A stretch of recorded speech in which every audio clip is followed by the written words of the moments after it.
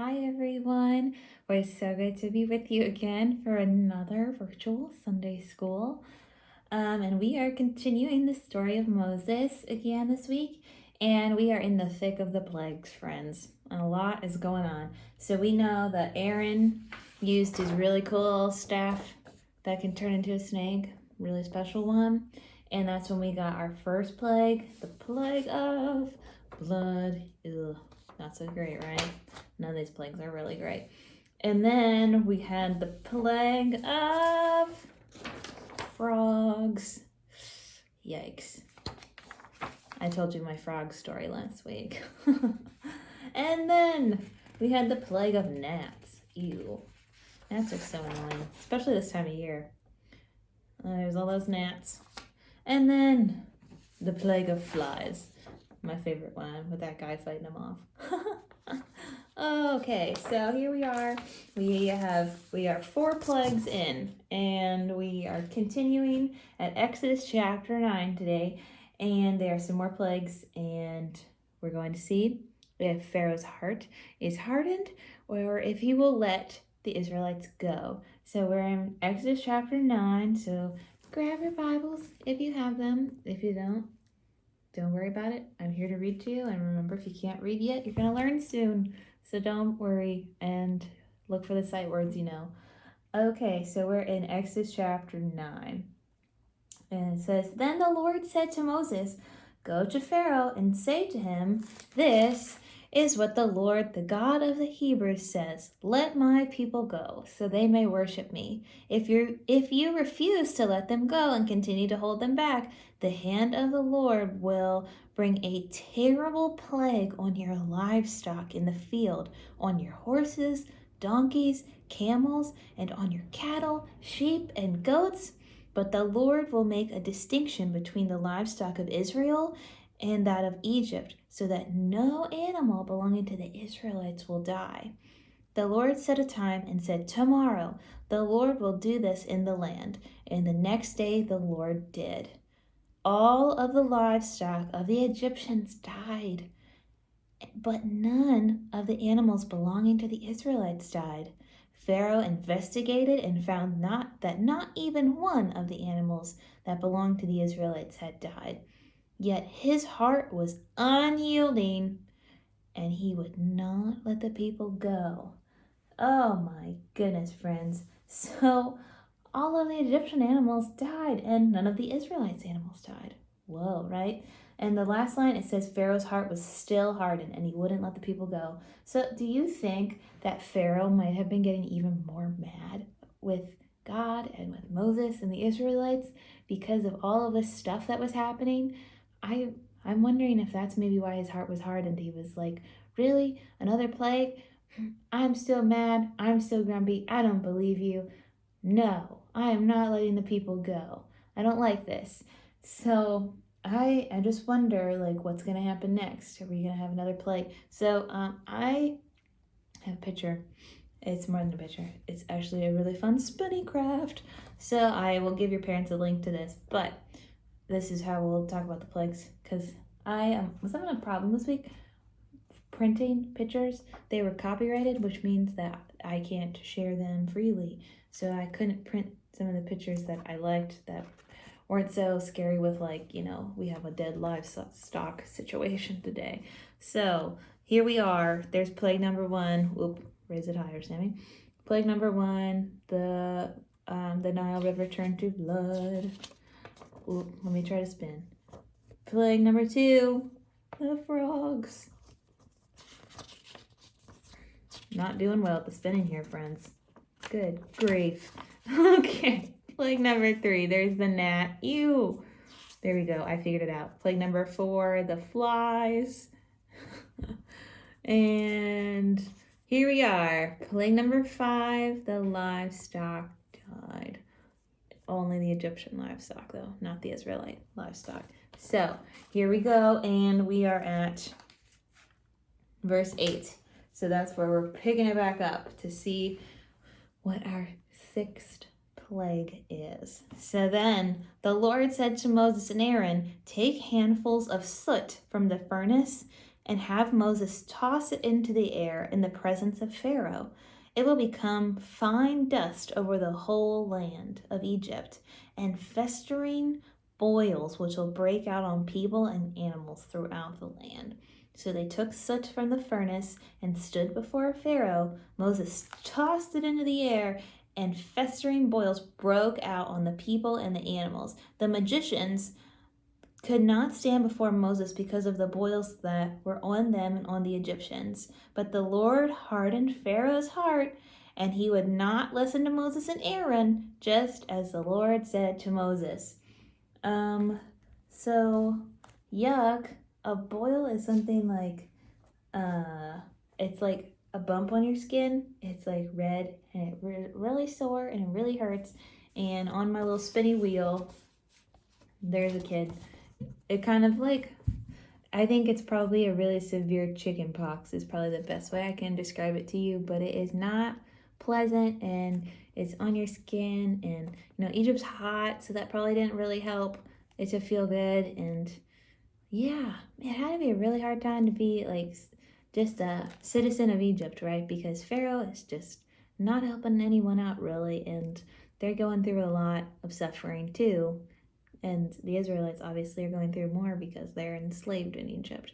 But soon, hopefully, Pharaoh's heart won't be hardened anymore, and the Israelites will be able to be free and go and worship God. But we have to keep going with our story, and now we're at plague number 7. Yes. So we're verse 13. Then the Lord said to Moses, "Get up early in the morning, confront Pharaoh, and say to him, 'This is what the Lord, the God of the Hebrews, says. Let my people go so they may worship me. Or this time I will send a full force of my plagues against you and your officials and your people, so you may know that there is no one like me on this earth. For by now I could have stretched out my hand and struck you and your people with a plague that would have wiped you off the earth. But I have raised you up for this very purpose, that I might show you my power, and that my name will be proclaimed through all the earth. You still set yourself against my people and will not let them go.'" So I think this is really interesting what God's doing here. He's talking to Moses, and he's letting Moses know what what's happening today, because it's like a new plague every day kind of situation. So God is like, you may have been kind of thinking about this during this whole plague situation. Like, God's like all powerful, and why are we doing all these plagues? Like, can't he just get rid of Pharaoh and let the Israelites go? They're his people. Why are we doing all this? A lot of people are suffering with these plagues, and the Israelites are still suffering. And some innocent Egyptians are suffering too. That's not very good. But God could have, he could have just set all the Israelites free. But God says he's using Pharaoh and all of these plagues so that God's power may be known and shared all over the earth. So this makes a lot of sense, right? Because these big things that God is doing with the plagues shows how powerful he is and how much he cares about the Israelites, because he is remaining faithful to them and in this moment in history. So in our Bibles, again and again, this situation is referenced when God delivers the Israelites out of Egypt. So this is just one moment, not so great moment, all these plagues in history, in our Bibles, that shows us how powerful God is. It's a really awesome example that is referenced a lot in the New Testament too. In the New Testament, is where Jesus is. Woo! So anyway, I really like that God kind of shares why he's doing what he's doing, even though it's not doesn't feel good. People are hurt and they're dealing with all of this crazy stuff, dead livestock, skin problems, bloody Nile River. Ugh, not a good time, right? So we're not done with the plagues. We are now at verse, here it is, every week. Man. 18. Yes. We're verse 18. Let's keep going. Yeah. So therefore, at this time tomorrow, I will send out the worst hailstorm that has ever fallen on Egypt from the day it was founded till now. Give an order now to bring your livestock and everything you have in the field to a place of shelter, because the hail will fall on every person and animal that has not been brought in and still out in the field, and they will die. So the officials of Pharaoh, who feared the word of the Lord, hurried to bring their slaves and their livestock inside. But those who ignored the word of the Lord left their slaves and livestock in the field. Then the Lord said to Moses, "Stretch out your hand toward the sky so that hail will fall all over Egypt, on people and on animals and on everything growing in the field." When Moses stretched out his staff towards the sky, the Lord sent thunder and hail, and lightning flashed down to the ground. So the Lord rained hail on the land of Egypt. Hail fell and lightning flashed back and forth. It was the worst storm all the land of Egypt since it had become a nation. This is the worst storm ever, friends. So throughout Egypt, hail struck everywhere in the fields, both people and animals. It beat down everything growing in the field and stripped every tree. The only place it did not hail was the land of Goshen, where the Israelites were. So this is pretty crazy. Sometimes we get hail where we live, and hail is like, when it's hailing, you might be able to hear it like hit the roof of your house, or you can if your car is parked outside, you can see hail hitting your car. And sometimes hail can be so big that it puts dents in cars. So God warned everyone, like, put your livestock away, give people shelter, because this storm, the hail is so big that it's going to hurt people if you get hit enough with it. It's kind of like getting hit with a rock, So now we're at plague number 7. There's the really terrible storm of hail. So there we go. That is our next plague. And the hail did not fall where the Israelites were living.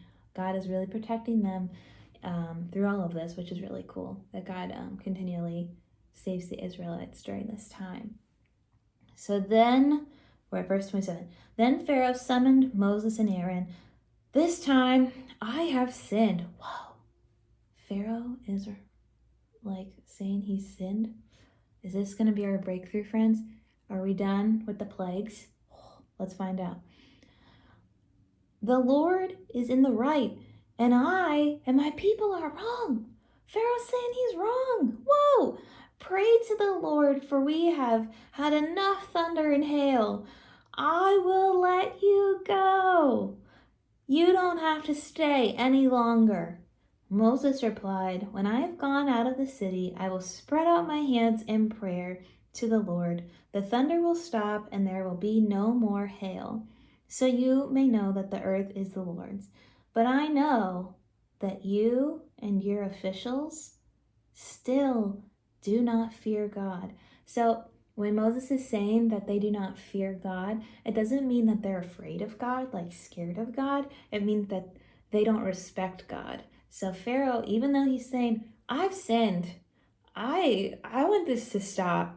Yeah, you have a God." Moses knows that deep down Pharaoh still doesn't respect God as the all-powerful God that he is, and he's letting him know.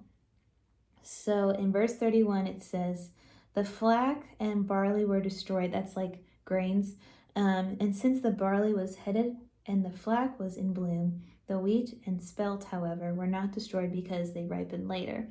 Then Moses left Pharaoh and went out towards the city. He spread out his hands towards the Lord. The thunder and hail stopped, and the rain no longer poured down on the land. When Pharaoh saw that the rain and hail and thunder had stopped, he sinned again. Oh no, he and his officials hardened their hearts. So Pharaoh's heart was hard, and he would not let the Israelites go, just as the Lord said through Moses. Oh my goodness, friends, we were so close this time. Pharaoh, he seemed to have, some like guilt maybe, and like, "I think I've sinned. I think your God might be God." And I might believe that your God is God. But Moses knew that Pharaoh wasn't totally changed. He didn't, respect God for who God is. But Moses did something really cool. He still prayed for Pharaoh because Pharaoh asked to be prayed for. And once that Pharaoh saw that the hail and thunder had gone away, his heart hardened right back up again, and he would not let the Israelites go. So next week, we will see what plagues come before us, because we're not done. We're only at 7, and there are 10 plagues. There you go. I almost gave it away for next week. But if you want to make this, there's a link in the email that I send your parents. So let me know if you don't get it and you want it. But yeah, have fun making that. I liked making it. Also, friends, if you have any wow God moments, please send them to me. I want to know what God is doing in your life and how He is with you. My wow.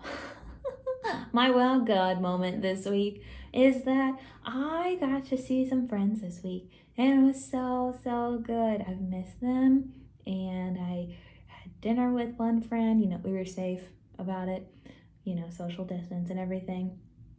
And I saw some friends at an outdoor worship event again. So that was really good and really great to have that community feeling again. So I hope that you guys are having a good summer so far, and that you have been able to connect with friends either in person or on FaceTime or Zoom or however you do it these days. There's a lot of options you have. But let me know what your wow God moment is. And mine is definitely that I experienced some really good community of friends and people who also love Jesus just as much as I do. So, friends, I hope you have a happy Sunday, and I will continue the story of Moses for you next week. Happy Sunday.